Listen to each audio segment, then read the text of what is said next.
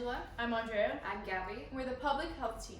Opioids A compound resembling opium in addictive properties or physiological effects. include everything from heroin and fentanyl to prescription pills. Can be prescribed by doctors to treat moderate to severe pain, but can also have serious risks and side effects. Opioids. A daunting evil. Tormenting mankind. Since before the 1900s. Let's fast forward to 2016, where enough painkillers were prescribed to medicate every American adult, 30 milligrams of hydrocodone every day for almost a month. Honey, don't forget to take your medication. But my arm doesn't even hurt that much anymore. But the doctor said you have to take it once a day for 7 days. Everyone knows you always have to finish the bottle, and you're only on your 4th day. Fine. The likelihood of using opioid painkillers long-term spikes after just 5 days of use. 5. And because of this, countless people are dying. There. Happy? Abusers may develop a psychological dependence on the drug, thinking they must use it in order to feel normal.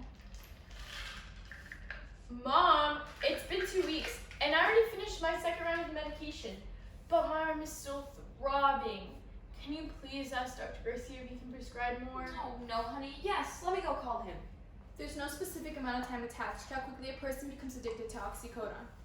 Oftentimes, people are oblivious to the fact that this is happening right under their nose. And it isn't anyone's fault, but we must learn to recognize the signs. It's now day 25 of her taking this drug. And it's as if the pain refuses to go away. I feel a constant dependency on this drug. I don't remember any nights anymore. I just think it's an endless day. It's too big. It's the sky and the moon. No, it's the universe, a black hole, and it's the hole in me. You can feed it, and it never gets full. You can't blame someone for something they can't help. I know that. Early symptoms typically begin in the first 24 hours after you start using this drug. And these symptoms include muscle aches, restlessness, anxiety. I tried to stop. I really did. But my leg twitches, and I wake up wanting to cry. In the pit of my stomach that's been empty for days, it feels like a rock is rolling around and around as I toss and turn and wish that sleep wasn't just 2 weeks, 14 days, 1,260,000 seconds away, with my foot hitting the ground in a deafening humdrum. People who abuse oxycodone can get it off of the streets or from people who sell their prescriptions. But they may also doctor shop, which is going from doctor to doctor trying to obtain more than one prescription for oxycodone, all the while trying to avoid detection. Andrea, it's been 2.5 months. Dr. Garcia said your pain should be gone by now, so he will not be prescribing you any more oxycodone. What? Some doctor he is can't even take care of his own patients. I mean, the doctor has a point, honey. Your pain should be gone by now. You don't know what I'm going through. You're not the one that had the surgery. I'm in pain, Mom. Why can't you just believe me? I don't want to hear it anymore. What the doctor said is final. Day 65. I now have to resort to different methods of obtaining the only thing keeping me going. It's as if my need for this drug became stronger since my prescriptions ended. I gave up on makeup months ago. I've got better things to spend my money on. It's become a security blanket, and I can't seem to let go of it. Shout out to Joseph on 10th Street for being the only one there for me, when not even my own doctor could be. Every 11 minutes, someone in America dies of an opioid overdose.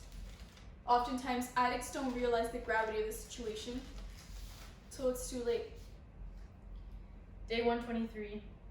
I could cry, but I don't think that's a real thing anymore. Like the wells of my eyes are all dried up, and I need to tap into some water table deep inside my veins and arteries and the wall of my heart. Even if I did, I couldn't promise myself anything, because I think they've all given up on my promises. I'm so close to dying that I could reach out and touch it and hold it onto my skin when I pretend to sleep. Alone. Addicts feel a sense of isolation and darkness. They feel as if they're the only ones in this entire world, feeling as if their eyes are swollen to the size of grapefruits, feeling as if they could scratch their skin and the fire would still never come out. Not being able to focus and ignore everything else around them. It's a high so incredible and so indescribable, nothing else can satisfy. It's like a blanket I had when I was a kid. You could pull it up to cover your chin, and your feet would freeze. You'd yank it down, and the air would scratch at your face, and it's impossible to satisfy both because the blanket's just too short. You can pull it all you want, and all you'll get is a broken blanket. And I bet you never thought that a blanket could break. Fortunately for Andrea, it wasn't too late. Fortunately, her mother was able to realize what was under her nose this entire time. Andrea, what are you doing? Where did you get these? These weren't prescribed by her doctor. Answer me! I tried to stop. I really did.